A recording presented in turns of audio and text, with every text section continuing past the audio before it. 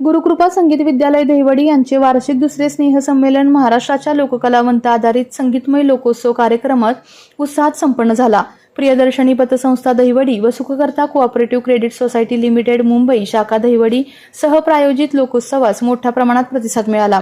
गुरुकृपा महिला भजनी मंडळ दहिवडी, स्वामिनी महिला भजनी मंडळ दहिवडी, जिजाऊ महिला भजनी मंडळ दहिवडी व स्वर संगीत समूह गोंदवले यांच्या वतीने महिलांनी लोककलेचे उत्कृष्ट सादरीकरण केले। या सोहळ्यात सिद्धनाथ पतसंस्थेच्या संचालक सोनिया जयकुमार गोरे, माजी शिक्षण व अर्थ सभापती भास्करराव गुंडगे, दहिवडीच्या नगराध्यक्ष वर्षाराणी सावंत, मानखटावच्या प्रांताधिकारी उज्ज्वला गाडेकर, तहसीलदार विकास आहिर, सहाय्यक पोलीस निरीक्षक दत्तात्रय दराडे उपस्थित होते। विशेष म्हणजे या लोकोत्सवास दहिवडी शहराच्या माजी नगराध्यक्षा साधना गुंडगे व नीलम जाधव यांनी सहभाग घेतला होता। लोकोत्सवाची सांगता महाराष्ट्र गीताने करण्यात आली।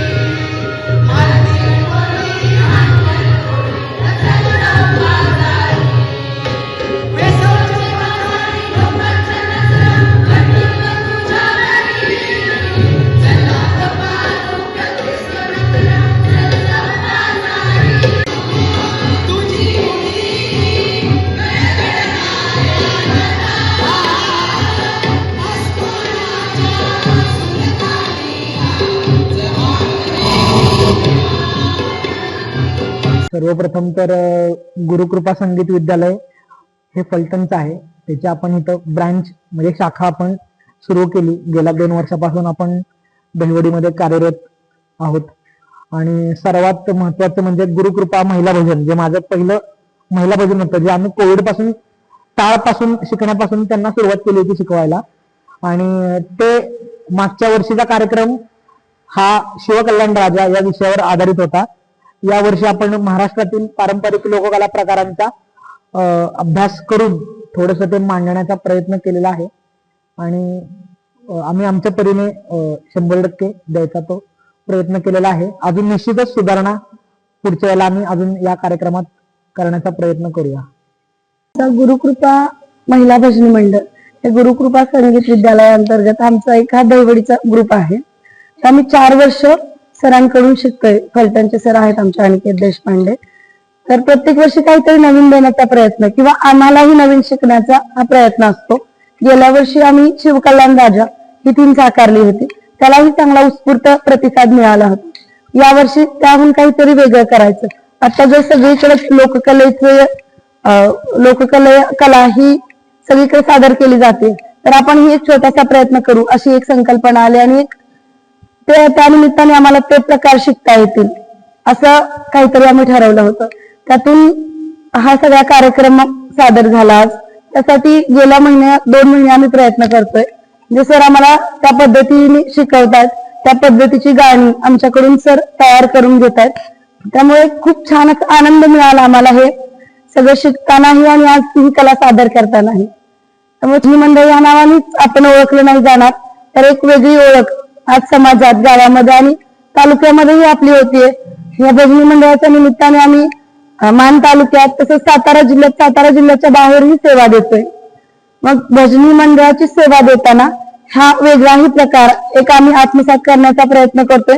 सरांकडून हे काहीतरी वेगळं आम्ही शिकतोय, याचा आम्हाला आनंद मिळतोय.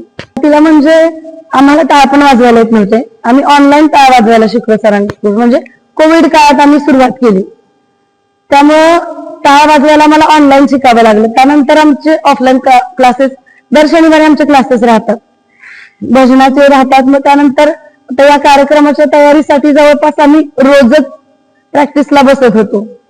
आणि मग बाकी वेगवेगळ्या पद्धतीचं जशी सेवा द्यायची आहे, आता समजा आम्हाला अक्कलकोटला सेवा द्यायची होती, तर आम्हाला त्या पद्धतीची भजनं सरांनी शिकवली. पंढरपूरला जेव्हा आम्ही सेवा दिली विठ्ठल मंदिरामध्ये, तेव्हा त्या पद्धतीची भजनं शिकलो. म्हणजे जिथं आपल्याला सेवा द्यायची किंवा ज्या प्रकारचा कार्यक्रम करायचा आहे त्या पद्धतीची गाणी किंवा त्या पद्धतीचं आम्हाला शिकवलं जातात. आणि त्याचबरोबर सर आमच्याकडून गायनाच्या परीक्षेचीही तयारी करून घेतात. आत्ताच आम्ही आमच्या ग्रुपमधल्या 4-5 महिलांनी गायनाची पण पहिली परीक्षा दिली. म्हणजे आम्हाला एक अभिमान आहे की आम्ही या वयात पण ते करतोय, तर आपली एक प्रेरणा घेऊन इतरांनी करावं हीच इच्छा आहे. खरंच आमच्या ग्रामीण भागातील महिलांसाठी अभिमानाचीच गोष्ट आहे.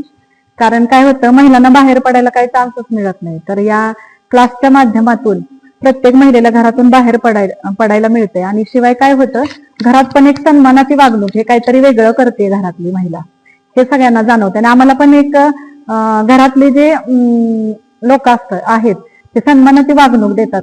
आणि त्यांना आज आवर्जून आम्ही बघायला बोलवलं. त्यांनी आज खरं बघितलं की आमचे सर काय घेतायत आमच्याकडून करून, आणि शिवाय आम्ही काय म्हणजे शिकतोय सरांच्याकडून. त्यासाठी खूपच आनंद झाला. सगळे आज आवर्जून उपस्थित राहिले कार्यक्रमासाठी. हे दुसरं वर्ष आहे, तुम्ही धकाधकीच्या जीवनातही ही कला जोपासताय, तर काय सांगा? खरं अध्यात्माची आवड आहेच, आणि आवड असली ना, मग किती जरी धावपळ असली तर त्यातून आपण स्वतःच्या आवडीसाठी थोडा किंवा छंदासाठी थोडा वेळ काढतोच.